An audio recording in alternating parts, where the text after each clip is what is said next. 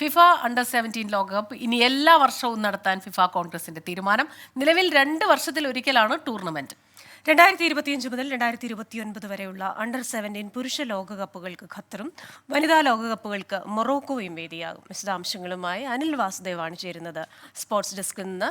Anil, very good morning. ഈ ഖത്തറിൽ വീണ്ടും ഒരു ലോകകപ്പ്, അത് അണ്ടർ-17 ആണെങ്കിലും വരുന്നു എന്ന് പറയുമ്പോൾ നമുക്കൊക്കെ വീണ്ടും ചില ഓർമ്മകൾ വരും. പ്രത്യേകിച്ച് മെസ്സി ഫാൻസായ നമ്മളെ പോലുള്ളവർക്ക് മെസ്സി കപ്പ് നേടുന്നതൊക്കെ വാർത്തയാകും. അപ്പോൾ ഈ അണ്ടർ-17 ലോകകപ്പ് ഈ നടത്തുന്നതുമായി ബന്ധപ്പെട്ട് ഫിഫയുടെ തീരുമാനങ്ങൾ എന്തൊക്കെയാണ്?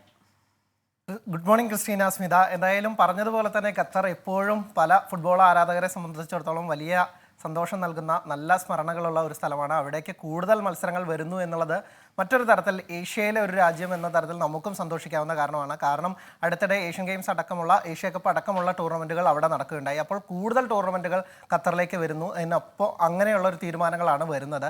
ഇപ്പോൾ ഈ പ്രധാനമായി ഇന്നലെ ചേർന്ന ഫിഫ കോൺഗ്രസിൽ വന്ന തീരുമാനം അണ്ടർ-17 ലോകകപ്പ് ഇനി എല്ലാ വർഷവും നടത്താനാണ് തീരുമാനിച്ചിരിക്കുന്നത്.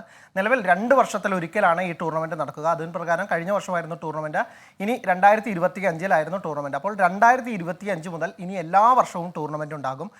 ഇതിലൂടെ ഫിഫ പറയുന്ന കാര്യം യുവതാരങ്ങൾക്ക് കൂടുതൽ പ്രാധാന്യം കൊടുക്കുക, ഒപ്പം തന്നെ അവരുടെ ടാലൻസ് ഷോക്കേസ് ചെയ്യാൻ വേദികൾ ഒരുക്കുക എന്നതിൻ്റെ ഭാഗമായിട്ടാണ് ഇങ്ങനെ ഒരു തീരുമാനത്തിലേക്ക് എത്തിയത് എന്നുള്ളതാണ്. ഫിഫയെ സംബന്ധിച്ചിടത്തോളം സാമ്പത്തിക ലാഭത്തിനപ്പുറം കൂടുതൽ ആളുകളെ ഈ സ്പോർട്സിലേക്ക്, ഫുട്ബോളിലേക്ക് പ്രേരിപ്പിക്കാൻ യുവതാരങ്ങളുടെ അവരെയൊക്കെ കൊണ്ടുവരാനുള്ള ഒരു ശ്രമങ്ങളുടെ ഭാഗമായി തന്നെയാണ് ഈ തീരുമാനം വരുന്നിരിക്കുന്നത്. ഖത്തറിലേക്ക് 2025 മുതൽ 29 വരെയുള്ള അണ്ടർ-17 പുരുഷ ലോകകപ്പുകളും മൊറോക്കോ വനിതാ ലോകകപ്പിനുമാണ് വേദിയാവുക. ഒപ്പം തന്നെ ടീമുകളുടെ എണ്ണത്തിലും ഒരു മാറ്റം വന്നിട്ടുണ്ട്. 24 ടീമുകളിൽ നിന്ന് 48 ടീമിലേക്ക് ഈ ടീമുകളുടെ എണ്ണം ഉയർത്തിയിട്ടുണ്ട്. ഇതിൽ ഇന്ത്യ വളരെയധികം സന്തോഷിക്കേണ്ടതുണ്ട്, അല്ലെങ്കിൽ പ്രതീക്ഷ വയ്ക്കേണ്ടതുണ്ട്. കാരണം ടീമുകളുടെ എണ്ണം കൂട്ടുന്നതോടൊപ്പം തന്നെ ഇന്ത്യക്കടക്കം ഈ ടൂർണമെൻറ്റിൽ ഒരുപക്ഷെ കളിക്കാൻ സാധിച്ചേക്കാം എന്നുള്ള ഒരു സന്തോഷം വരുന്നുണ്ട്. ഇന്ത്യക്ക് പെട്ടെന്ന് യോഗ്യത നേടാനായാൽ ഈ ടൂർണമെൻറ്റുകളിൽ കളിക്കാനുള്ള ഒരു അവസരവും കൈവരും. നേരത്തെ ഇന്ത്യ ഒരു തവണയാണ് അണ്ടർ-17 ലോകകപ്പിൽ കളിച്ചിട്ടുള്ളത്. അത് ഇന്ത്യ ആതിഥേയരായ വർഷത്തിലാണ്. അപ്പോൾ ഇന്ത്യക്ക് ഇനി ഇങ്ങനെ ഈ ടൂർണമെൻറ്റിലെ ടീമുകളുടെ എണ്ണം കൂട്ടുന്നതടക്കം ഒക്കെ തന്നെ ഇന്ത്യക്ക് വലിയ പ്രതീക്ഷ നൽകുന്ന കാര്യമാണ് ക്രിസ്റ്റീന. ശരി അനിൽ, അതോടൊപ്പം തന്നെ ശ്രേയസ് അയ്യരുടെ കാര്യത്തിലും ഇപ്പോൾ വാർഷിക കരാറിൽ വീണ്ടും ഉൾപ്പെടുത്താനുള്ള ഒരു ധാരണ എത്തിയിരിക്കുന്നു. പോസിറ്റീവായിട്ടുള്ള ഒരു വാർത്ത തന്നെ. അങ്ങനെ തന്നെയാണ് സ്മിത. കാരണം നേരത്തെ ആഭ്യന്തര ക്രിക്കറ്റിൽ കളിക്കാൻ വിസമ്മതിച്ചതോടുകൂടിയാണ് ഈ ശ്രേയസ് അയ്യരെ BCCI വാർഷിക കരാറിൽ നിന്ന് ഒഴിവാക്കിയത്. ഒപ്പം തന്നെ ഇഷാൻ കിഷനെയും BCCI ഒഴിവാക്കിയിരുന്നു. ഒരു അച്ചടക്ക നടപടി എന്ന തരത്തിൽ തന്നെയാണ് ഇരു താരങ്ങളെയും ഒഴിവാക്കിയത്.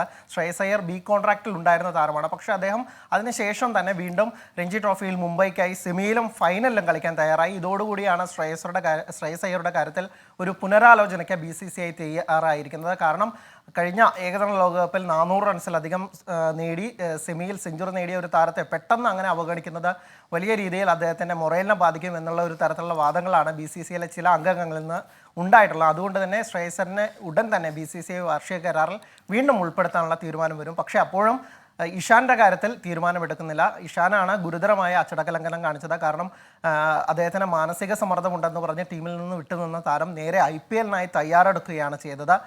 വീണ്ടും ആവർത്തിച്ച് ആവശ്യപ്പെട്ടിട്ടും അദ്ദേഹത്തിൻ്റെ രഞ്ജി കളിക്കാൻ തയ്യാറായില്ല. റാഞ്ചി ടീമിനൊപ്പം ചേരാൻ പോലും അദ്ദേഹം തയ്യാറായില്ല. അതുകൊണ്ട് ഇഷാൻ കിഷൻ്റെ കാര്യത്തിൽ ഈ ഒരു നടപടിയും ഉണ്ടാവില്ല. പക്ഷേ ശ്രേയസിൻ്റെ കാര്യത്തിൽ ഈ പറഞ്ഞതുപോലെ ഒരു പോസിറ്റീവായ കാര്യമാണ്. വളരെ ടാലൻറ്റഡ് ആയുള്ള ഒരു പ്ലെയർക്ക് വീണ്ടും വാർഷിക കരാറിലേക്ക് വരുന്നു. ഇന്ത്യൻ ടീമിലേക്കുള്ള സാധ്യതകൾ വീണ്ടും തുറക്കുന്നു എന്നാണ് ഇതിലൂടെ മനസ്സിലാക്കേണ്ടത്. ശരി, താങ്ക് യു അനിൽ. അനിൽ വാസുദേവാണ് സ്പോർട്സ് ഡെസ്കിൽ നിന്ന് വിവരങ്ങളുമായി നമുക്കൊപ്പം ചേർന്നത്.